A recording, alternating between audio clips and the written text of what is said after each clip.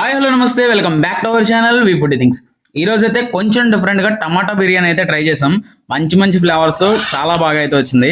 మరి లేట్ ఎందుకు ఫాస్ట్ వీడియోలోకి వెళ్ళిపోదామా? Let's dive into the video.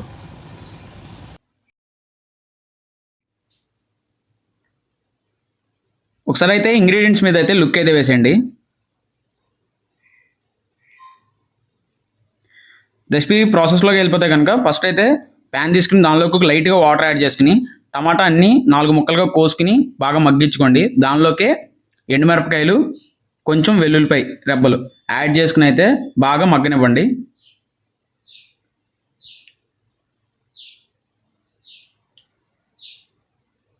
ఇదైతే బాగా మగ్గిన తర్వాత అయితే నీట్గా మంచి పేస్ట్ అయితే చేసేసుకోండి దీన్ని. ఇప్పుడు బిర్యానీలోకి రైస్ అయితే కనుక నానబెట్టేసుకోండి. ఇది మనం మసాలా చేసుకునేంత వరకు పెట్టుకుంటే సరిపోతుంది. పక్కన పెట్టేసుకుని నెక్స్ట్ అయితే కనుక మసాలా అయితే రెడీ చేసుకుందాం. ఫస్ట్ అయితే నీట్గా ప్యాన్లోకి అయితే ఆయిల్ యాడ్ చేసుకుని ఇందులోకి కట్ చేసుకున్న ఆనియన్ పీసెస్ అన్ని యాడ్ చేసుకోండి. ఆనియన్ పీసెస్ అన్ని నిలువుగా తరుక్కోండి, బిర్యానీ కదా. ఆనియన్స్ అయితే లైట్గా ఫ్రై చేసుకున్న తర్వాత పచ్చిమిరపకాయలు కూడా యాడ్ చేసేసుకుని ఫ్రై చేసుకోండి.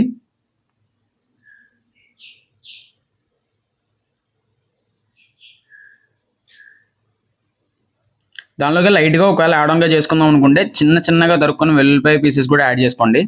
అండ్ నెక్స్ట్ అయితే కనుక మనకు బిర్యానీ దినుసులన్నీ ఇందులోకి అయితే యాడ్ చేసుకోవాలి.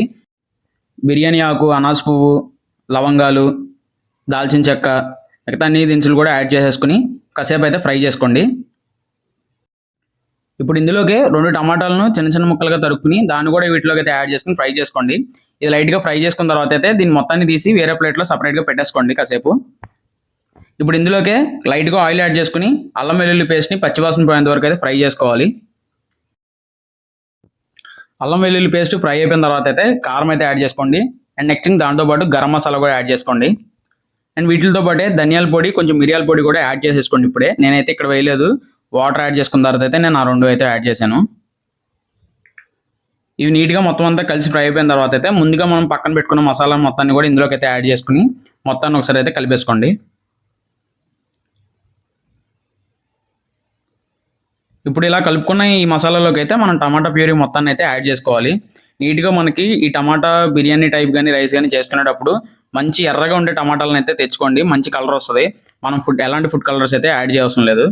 ఇది మొత్తాన్ని నీట్గా దీంతో పాటు కలుపుకొని కొంచెం సాల్ట్ అయితే యాడ్ చేసుకుని కలుపుకోండి. ముక్కలన్నింటికి అయితే సాల్ట్ పడుతుంది.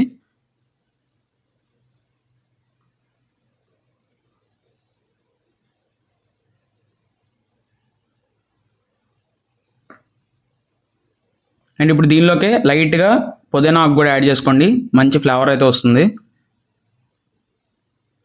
ఈ మసాలా మొత్తం అంతా నీట్గా ఫ్రై అయిపోయిన తర్వాత అయితే ఇందులోకి అయితే మనం రైస్ అనేది యాడ్ చేసుకోవాలి. నేనైతే కనుక 4 గ్లాసెస్ అయితే కనుక రైస్ తీసుకున్నాను, దానికి 8 గ్లాసెస్ ఆఫ్ వాటర్ తీసుకున్నాను. మీరు ఏ గ్లాస్ అయితే తీసుకుంటారో దాని ప్రకారంగా డబుల్ గ్లాస్ అయితే వాటర్ అయితే తీసుకోండి.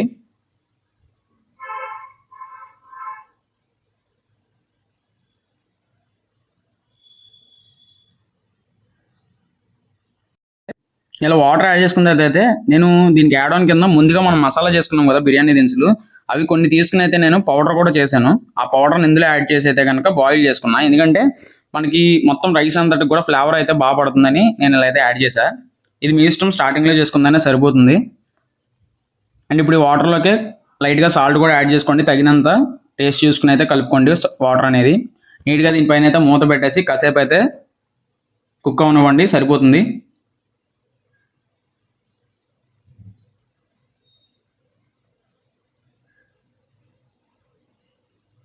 అంతే గైస్, చాలా టేస్టీగా అయితే టమాటా బిర్యానీ అయితే రెడీ అయిపోయింది.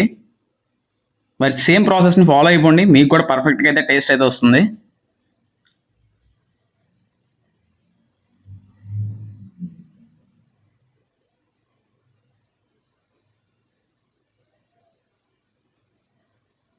వీడియో ఎలా అనిపించిందో కింద కమెంట్ చేయండి.